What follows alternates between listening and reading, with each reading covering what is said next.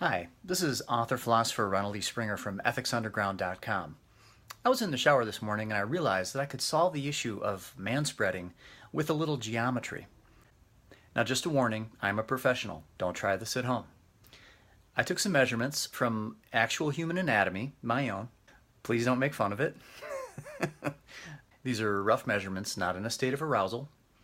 And they're not extremely accurate because, of course, the human body is on the squishy side. But they're pretty good and I think they will satisfy this inquiry. So let's look at the math. Okay, so here's roughly what we have. 3-inch diameter man package. 1/2 inch of clearance on either side for comfort. And the straight lines represent the inside of the leg. Now approximately 18 inches for my leg length. Looking at this blown up view, this 3-inch diameter is 1.5 inches on the radius, plus the 1/2 inch clearance is 2 inches. Well, going back to the center line of my body is approximately 4 inches, so I realized I've got a 30-60-90 triangle. And anyone familiar with that trigonometry, you'll know that the calculation is 1, 2 square root of 3. Now given that the body is symmetrical, that 30 degrees becomes 60 degrees, doesn't it? So moving back to the main triangle, we have a perfect triangle, basically. So the natural physiology of a man, I'm pretty standard, I'd say. I'm not a huge guy, so this is all going to be proportional.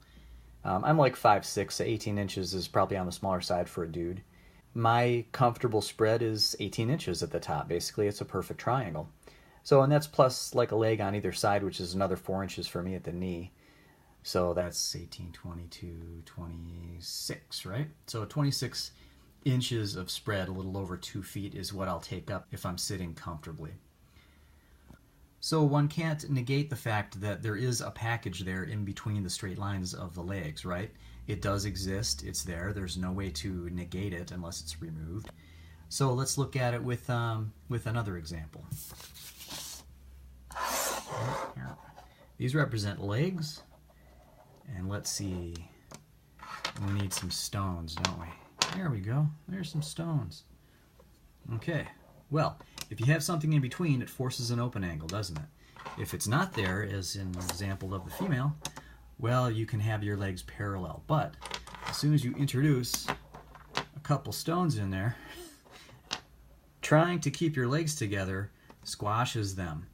Because at the center here, we can't actually spread that. That's internal to the body. So it forces an open angle. All right. And basically the stones are closer, right? And the closer they get to the center axis, the more we get an angle on the legs. But anyway, there we go. We're getting pretty close to a perfect 30-60-90. Now, if men are in a tight situation, they're going to have to tighten that up, but it isn't an easy thing to do.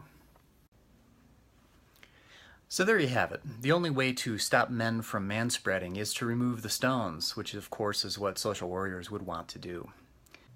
A little bit of space is necessary to dissipate heat, regulate temperatures, and to maintain comfort.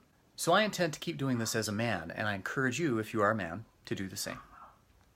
Thank you very much. This is author philosopher Ronald E. Springer from ethicsunderground.com. See you next time.